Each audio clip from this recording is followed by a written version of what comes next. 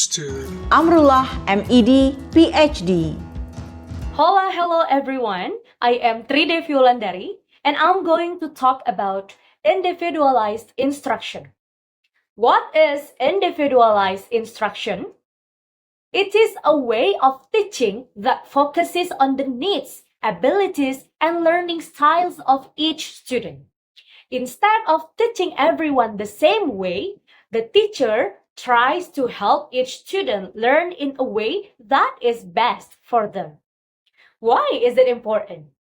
Every student is different. Some learn fast, some learn slow, some like pictures, some like reading. So, teaching everyone the same way may not help all students succeed.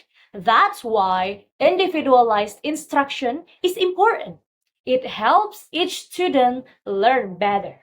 In the past, teachers tried to help students individually, but it was hard because one teacher has to handle 25 or more students at once. And then some students were left doing nothing while the teacher helped the others. There was no good system or tools to help teachers give different lessons to different students. Just wanting to help each student is not enough. Teachers need a delivery system. This means tools, materials, and methods to support individual learning. There is also Bloom's tutoring idea. A researcher named Bloom found that one-on-one tutoring is the best way to help a student learn. And students who learn through tutoring often do much better than students in normal classrooms. The difference is called the 2 sigma problem. It means one-to-one teaching is much more effective. Later on, researchers and universities created better tools and systems to help with individualized instruction. These systems were made using money from the government or private companies. The purpose of these systems was to, first, test what the student already knows. Second, help students start learning at the right level. Third, give choices in learning materials like books, videos, and so on. Fourth, let students learn at their own speed. And then the fifth, check students' progress regularly to avoid falling behind. These systems help students work on their own goals each day, based on what they know, how fast they learn, and how they learn best. A team of experts often created the materials and systems, not just one teacher. Now, I'm going to explain 2 types of systems. We have to explore more about these systems. The first is nationally diffused systems, and the second is locally developed systems. Some systems were used in many schools across the country. These are called nationally diffused systems. 3 popular ones were, first, Project Plan. Plan here means program for learning in accordance with needs. Second, IPI. It means individually prescribed instruction. And the third, IGE. Individually guided education. These 3 systems were used in subjects like reading, math, science, and social studies. They help students from kindergarten to high school. Books and reports were written about them to guide teachers and school leaders. However, when government funding ended, these programs were used less or stopped altogether, even though they work well. Next, some schools made their own systems or changed existing ones to better fit their students. There are 3 ways schools did this. First, used an existing system with no changes. Second, used an existing system but made big changes. The third, created a completely new system from scratch. Sometimes, Schools bought parts of a program, like books or videos, and made the rest themselves. This helped them save time and money. Experts visited many schools and found that each one used the system in its own way. They all focused on the same 5 goals, like I told you earlier, but how they applied them was different. Some book publishers help by making materials that match learning goals, but many publishers just added test questions and goals without checking if their materials really help students. For example, the state of Florida made a rule that publishers must prove their materials work. Other states may do the same. In summary, individualized instruction helps each student learn in their own way. Teachers need systems and materials to do this well. And then, Bloom showed that tutoring is very effective. National systems like IPI and PLAN were created but faded when funding ended.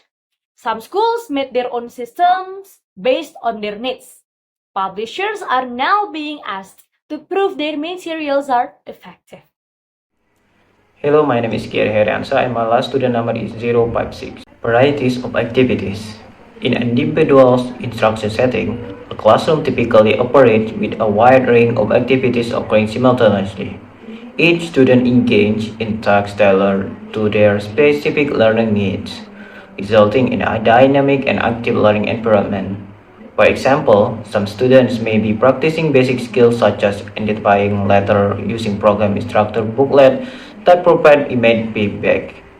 Others might be using the audio tool to practice letter pronunciation.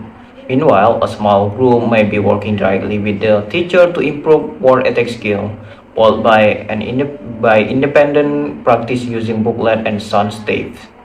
In other area of the classroom, students might be reading silently along with audio recording, taking oral or written tests, or reviewing their progress using self-checking tools.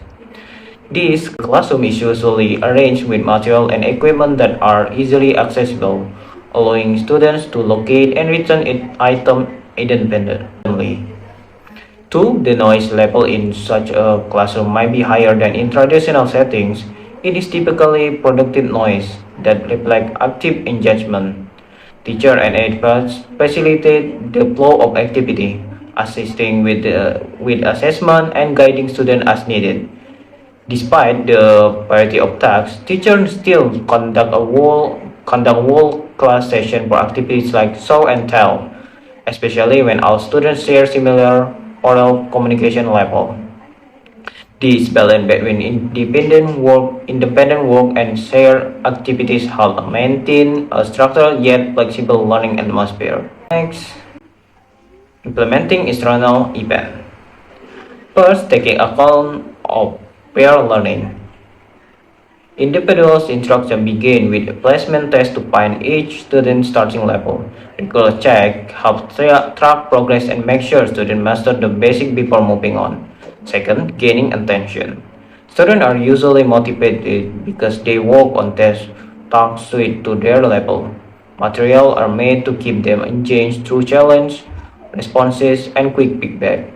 And third, informing the student about objectives. Objectives are clearly named and numbered, so students know what they are working on. Teacher also explain the goal during small group or one-on-one session.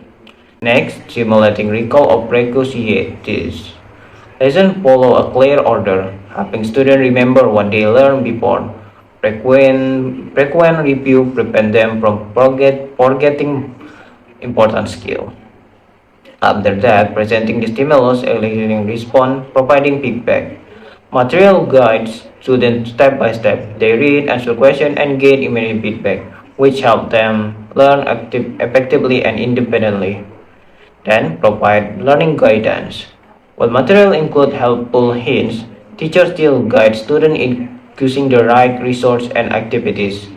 As students gain confidence, they rely less on the teacher. And next, assessing the performance. Students check their own work and teachers also do regular assessment.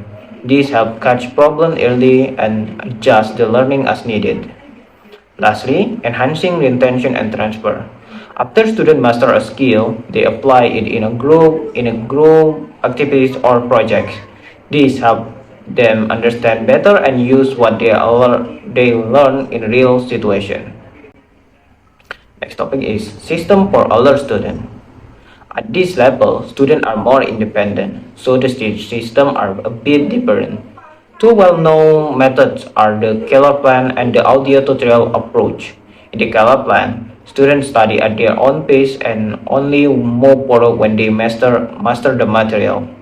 They take tests to check their understanding before continuing. In the audio tutorial approach, there are a mix of lecturer, small quiz session, and independent study. Older students also use something called adjunct auto instruction, where they study from textbook and ask for practice questions using machines that give instant feedback. This method then control every small step like in elementary school. They give more freedom, but still guide students based on their learning progress. The goal is the same to help students learn better by focusing what they need most. Okay, that's all for me. Thank you. Hello everyone, my name is Arya Masatrio with lesson number 60. Now I'm going to talk about three important aspects of individualized instructions: its varieties, how it is managed, and how materials are used to support it. Let's start with the varieties of individualized instruction.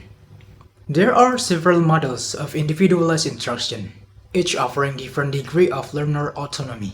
The first, we have independent study plans, where students and teachers agree on broad objectives. The student works independently toward a final exam. The second is self-directed study. The student sets their learning path with agreed-upon goals, without strict methods. And the third, learner-centered programs, where students choose objectives and decide when to progress within general guidelines. And the fourth is self-pacing. Everyone shares the same objectives, but students move at their own speed. And the fifth, student-determined instruction.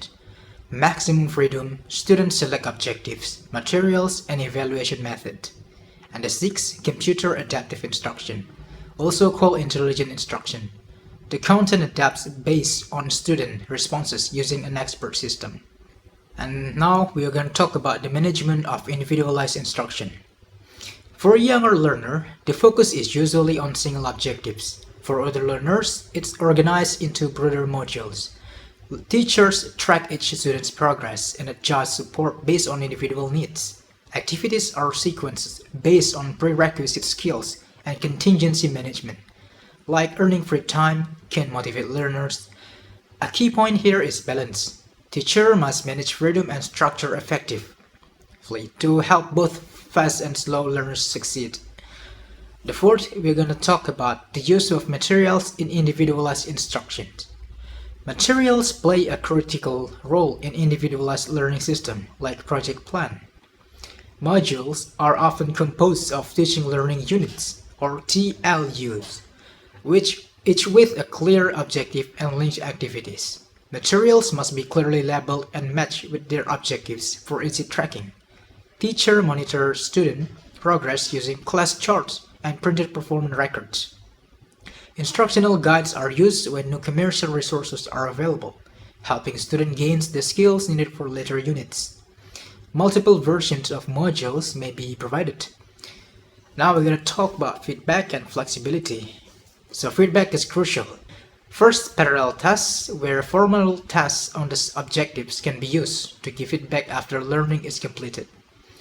And second is self-testing. Self-testing and corrective feedback can enhance learning and save the teacher time for individual remedial teaching. And the third, frequent feedback allows for remediation or review when needed. It also gives teacher more time to offer individualized guidance. So to wrap up, individualized instruction isn't just one fixed method. It's a flexible approach that adjusts to learner needs, using a variety of models, management strategies, and instructional material. The goal is always the same: supporting each student's path to mastery at their own pace. Hey everyone, my name is Nara Saputra with the last student number 032. I am going to explore three main things: teacher training for individualized instruction, media development for individualized instruction, and the last is for summary. Let's get started. Let's talk about teacher training for individualized instruction. Teacher training for individualized instruction is all about helping teachers get ready to teach in a way that's more personal. Instead of teaching the whole class the same thing at the same time, teachers learn how to support each student based on their phase, level, and learning style. There are four aspects: monitoring student progress, assessment of student performance, typical daily activities, and classroom control. First is about monitoring student progress.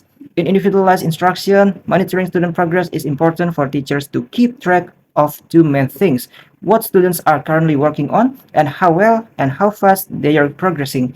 Teachers can monitor this by checking if students complete their module and by looking at their work like tests, assignments, or even having short check-in conversations. One handy tool for this is the criterion sheet. It helps make grading fair and clear, and it shows students exactly what they need to improve. Next, we move on to the assessment of students' performance. Now, assessment isn't just something that happens at the end. It's an ongoing process, and there are three types we usually see here. First, there's assessment of mastery. Before moving on to a new topic, students have to prove they really understand the current one. Teachers use rubrics or set criteria for this. Second, we have diagnostic testing. If a student seems stuck, a quick test can help figure out what's going wrong. This gives the teacher insights on what to reteach or go over again. And third, there's attitude assessment. This one's about observing how students behave, how responsible they are, how cooperative they are, and this can be tracked with checklists or quick surveys. Now let's look at what a typical daily activities might look like in this kind of classroom. It's actually really flexible. Students might watch a video, work on their own, collaborate in groups, meet with the teacher one-on-one, or even participate in music, art, or sports activities. Teachers usually move around the room, helping students or small groups, assigning tasks, and checking in. And teaching assistants are also around to keep materials organized and support students who need extra help. Then we have classroom control. Good news here, because students are focused on their own personal goals, classroom management tends to be easier. Teachers don't need to manage the entire class all the time, so they can really focus on teaching and supporting learning. Let's also talk about something called contingency management. This is where you pair a less fun text with a more enjoyable one. For example, finish your writing activity, then you can do some drawing or listen to music. It's a simple way to help students stay motivated and develop good study habits. Right, for the next material is about media development for individualized instruction. In this type of learning, the teacher's role shifts from being the main source of information to being more of a system manager. That can be a big change at first, but over time, many teachers actually come to prefer it. Now, some systems have failed because they weren't organized well or didn't have clear procedures, but we've got some awesome solutions. First, microcomputers can now help with both instruction and class management. With tools like computer-assisted instruction, students can even learn through the computer, and research shows it can be just as effective as traditional teaching. And the second, video tech, has also become way more practical and affordable. Sure, teachers still need a bit of training to use it effectively, but it's totally durable. And third, tools like information retrieval system and desktop publishing make it possible for teachers to design custom materials like personalized textbooks and match each student's learning needs. This means teachers aren't just teaching, they are also becoming content creator. So it's important that teacher training programs help them build these new skills. And even though some older tech didn't really work out, researchers are still exploring ways to make educational tech more helpful, especially by making it easier for teachers to use. Finally, let's wrap everything up with a summary. Individualized instruction is really just about personalizing the learning journey. Instead of the teacher doing all the talking, students work through modules that guide them step by step. And the teacher, they are more of a coach helping students, checking progress, and giving feedback. Each module usually includes a clear learning goal, materials and activities to explore, a way for students to track their own progress, and a way for teachers to verify that progress. Some systems even let students choose learning materials that fit their style. One of the biggest benefits, students move at their own pace and get more frequent feedback that helps them stay motivated and actually learn better. And with the help of computers, videos, and other tech tools, creating these kinds of learning environment is more possible than ever. Hopefully, we'll see even more of it in schools going forward. Okay, that's all from me. Thank you for watching our video. Wassalamualaikum warahmatullahi wabarakatuh.